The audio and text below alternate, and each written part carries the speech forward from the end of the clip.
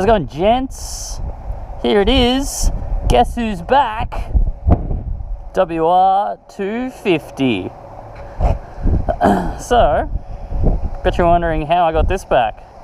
So as you know, I told you that this was stolen. It was recovered quite soon after it was stolen, but it was crashed. So Yamaha wrote it off.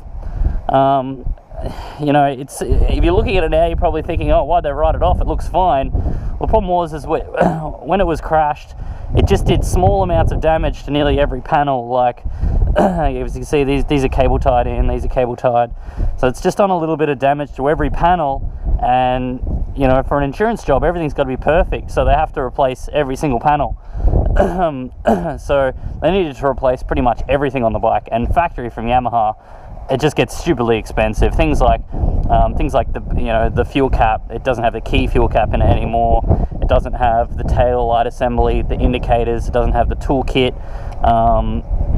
You know, you have to replace all of that, everything. So, and from factory Yamaha, it was $5,000-$6,000 to replace everything before labor. So it's really windy. Sorry about that. So yeah, it was written off. And when things are written off in Melbourne, Australia, they go to an auction place. So it was auctioned off, and it went cheap. So obviously, because it doesn't have it's not registered, it doesn't have indicators. It looked like it had been crashed. Obviously, myself, I know the history of it really well, so I knew how much it was worth. And if anything, it was more sentimental value, like the amount of freaking effort. I did everything on this bike myself. This full exhaust system I did myself. I ordered this seat from America, from Seat Concepts.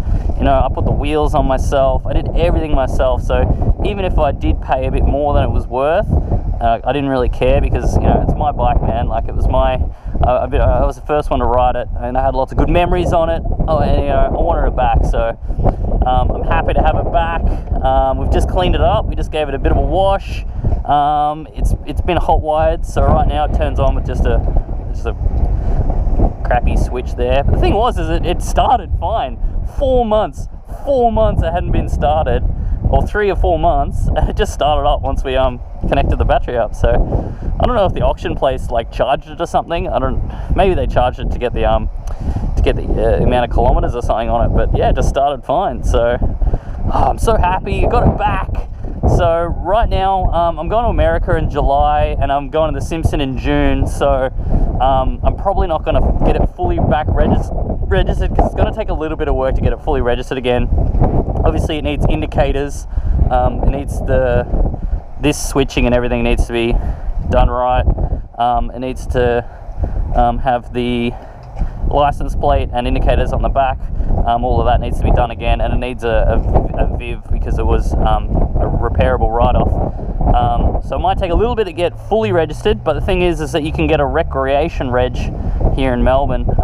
So I might just get it reg-regged, which will just need a tail light and a mirror, and then you just get a reg plate that you just cable tie on the back, and then you can ride it off-road at least. So so yeah, I'll just get that so we can do a bit more off-roading on it. I've forgotten how freaking light it was, like, compared to the 690. After riding the 690 for ages, it's good to be back on a freaking 250 again.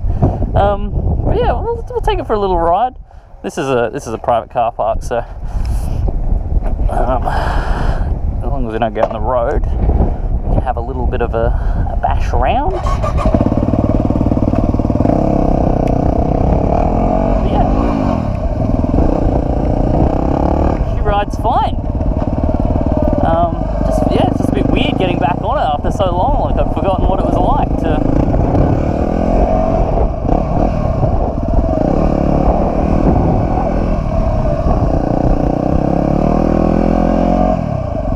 WR250R is back. So that's 4 bikes for Riding with Tom now. I got the 2015 S1000RR, 2015 KTM 690. Still got the 2009 Yamaha R125. Now my 2014 WR250R is back.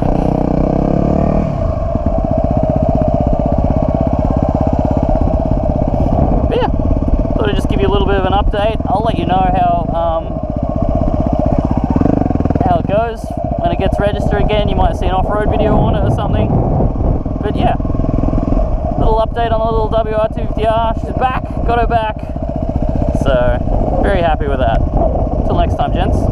This thing is just so refined. It's like BMWs make such good road bikes, such good comfortable road bikes, and these days they're just making such stupidly good sports bikes. This thing just does it all, man.